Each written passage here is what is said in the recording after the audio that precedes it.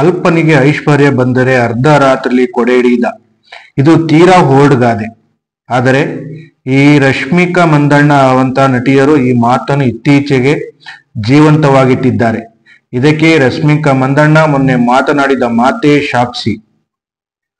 ಹೌದು, ಎಲ್ಲರಿಗೆ ಗೊತ್ತಿರುವಂತೆ ರಶ್ಮಿಕಾ ಮಂದಣ್ಣ ಅವರ ವೃತ್ತಿ ಜೀವನಕ್ಕೆ ಮೊದಲು ಅಡಿಪಾಯ ಹಾಕಿದ್ದೇ ಕನ್ನಡ ಚಿತ್ರರಂಗ.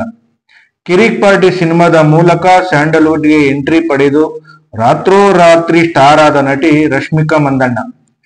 ಅಭಿನಯಿಸಿದ ಚೊಚ್ಚಲ ಚಿತ್ರವೇ ಟ್ರಂಪ್ ಕಾರ್ಡ್ ಆಗಿ ಇಟ್ಟುಕೊಂಡು ತೆಲುಗು ಚಿತ್ರರಂಗವನ್ನು ಪ್ರವೇಶಿಸಿದ ರಶ್ಮಿಕಾ ಬೆರಳಣಿಕೆಯ ದಿನಗಳಲ್ಲೇ ಬಹುಬೇಡಿಕೆ ನಟಿಯಾಗಿ ಬೆಳೆದಿದ್ದು ಕನ್ನಡಿಗರಿಗೆ ಹೆಮ್ಮೆ. ಆದರೆ ರಶ್ಮಿಕಾಗೆ ಅದ್ಯಾವದ ಪರಭಾಷೆಗಳಿಂದ ಅವಕಾಶಗಳು ದುಬಾರಿಯಾಗುತ್ತಾ ಹೋಯಿತೋ ಪಾಪ ರಶ್ಮಿಕಾ ಅಡ್ಡದಾರಿಯ ಮೇಲೆ ಅಡ್ಡದಾರಿಯನ್ನು ಹಿಡಿಯಲು ಶುರು ಮಾಡಿದರು. ಆರಂಭದಲ್ಲಿ ಯಶ್ ಅವರನ್ನ ಅಲಗೆಳೆದು ಮಾತನಾಡಿದ ರಶ್ಮಿಕಾ ತೆಲುಗಿನಲ್ಲಿ ಅವಕಾಶ ದೊರೆಯುತ್ತಿದ್ದಂತೆ ಎಂಗೇಜ್ ಆಗಿದ್ದ ರಕ್ಷಿತ್ ಶೆಟ್ಟಿಯನ್ನು ಎಡಗಾಲಲ್ಲಿ ಒದ್ದು ವಿಜಯ್ ದೇವರಕೊಂಡ ಟೀಮ್ ಸೇರಿಬಿಟ್ಟರು. ಮಾಡಿದವರ ಪಾಪ ಆಡವರ ಬಾಯಿಲಿ ಯಾಕೆ ಇರಲಿ. ಇಂಥ ರಶ್ಮಿಕಾ ಈಗ ಇನ್ನೊಮ್ಮೆ ಕನ್ನಡಿಗರನ್ನು ಕೆರಳಿಸಿದ್ದಾರೆ. ಹೌದು, ರಶ್ಮಿಕಾ ಮಂದಣ್ಣ ಕೊಡಗಿನವರು. ಇವರು ಅಭಿನಯಿಸಿದ ಮೊದಲ ಚಿತ್ರ ಕನ್ನಡದು ಎಂಬ ವಿಚಾರ ಜಗತ್ತಿಗೆ ಗೊತ್ತು. ಆದರೆ ರಶ್ಮಿಕಾ ಮಾತ್ರ ಈ ವಿಚಾರವನ್ನು ಒಪ್ಪಲು ಸುತಾರಾಮ್ ತಯಾರಿಲ್ಲ. ಯಾಕೆಂದರೆ ಎತ್ತ ತಾಯಿಯನ್ನು ಅಮ್ಮ ಎನ್ನುವ ಬದಲು ಪರದೇಶಿ ತಾಯಿಯನ್ನು ಮಮ್ಮಿ ಎಂದು ಕರೆಯುವ ಹುಚ್ಚು ರಶ್ಮಿಕಾಗೆ ಹಿಡಿದಿದೆ.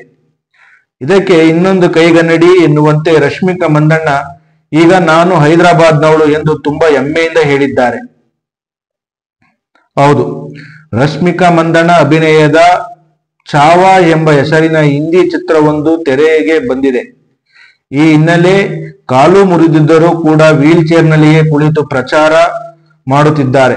ರಶ್ಮಿಕಾ ಈ ಪ್ರಚಾರದ ಮಾಡುವ ಸಮಯದಲ್ಲಿ ನಾನು ಹೈದರಾಬಾದ್ನವಳು, ನಾನು ಅಲ್ಲಿಂದ ಒಂಟಿಯಾಗಿ ಬಂದಿದ್ದೇನೆ, ಆದರೆ ಈಗ ನಾನು ನಿಮ್ಮ ಕುಟುಂಬದ ಭಾಗವಾಗಿದ್ದೇನೆ ಎಂದುಕೊಳ್ಳಿ ಎಂದು ಹೇಳಿದ್ದಾರೆ.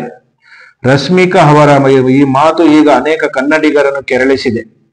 ಹೀಗಾಗಿಯೇ ಇನ್ಸ್ಟಾಗ್ರಾಮ್ ಅಲ್ಲಿ ತಮ್ಮ ಆಕ್ರೋಶ ಹೊರಹಾಕುತ್ತಿದ್ದು, ನೀವು ಯಾವಾಗ ಹೈದರಾಬಾದ್ನವರಾದ್ರಿ, ನಿಮ್ಮ ಜನ್ಮ ಪ್ರಮಾಣ ಪತ್ರವನ್ನು ಬದಲಿಸಿಕೊಂಡಿದ್ದೀರಾ ಹೀಗೆ ಎಂಬ ಪ್ರಶ್ನೆಯನ್ನು ಕೇಳುತ್ತಿದ್ದಾರೆ. ಮದುವೆಯಾಗುವ ಮುನ್ನವೇ ರಶ್ಮಿಕಾಗೆ ಹೈದರಾಬಾದ್ ಮೇಲೆ ಪ್ರೀತಿ ಉಕ್ಕಿ ಹರಿಯುತ್ತಿದೆ ಎನ್ನುತ್ತಿದ್ದಾರೆ. ಪ್ರೀತಿಗಾಗಿ ಊರನ್ನೇ ಮರೆತ ರಶ್ಮಿಕಾ ನಿಮ್ಮನ್ನು ದ್ವೇಷಿಸಲು ನಿತ್ಯ ಹೊಸ ಕಾರಣವನ್ನು ನಮಗೆ ಕೊಡುವುದಕ್ಕೆ ನಿಮಗೆ ಧನ್ಯವಾದ ಎಂತೆಲ್ಲ ಕಾಮೆಂಟ್ ಮಾಡುತ್ತಿದ್ದಾರೆ. ಇನ್ನು ಕೆಲವರು ರಶ್ಮಿಕಾ ಮಂದಣ್ಣಗಿಂತ ದೀಪಿಕಾ ಪಡುಕೋಣೆ, ಶಿಲ್ಪಾ ಶೆಟ್ಟಿ ಎಷ್ಟೋ ವಾಸಿ, ಅವರು ಕೊನೆ ಪಕ್ಷ ನಾವು ಕನ್ನಡದವರು ಎಂದು ಹೆಮ್ಮೆಯಿಂದ ಹೇಳಿಕೊಳ್ಳುತ್ತಾರೆ ಎಂದು ರಶ್ಮಿಕಾ ಮಂದಣ್ಣಗೆ ಮುಖಕ್ಕೆ ಒಗೆದಿದ್ದಾರೆ.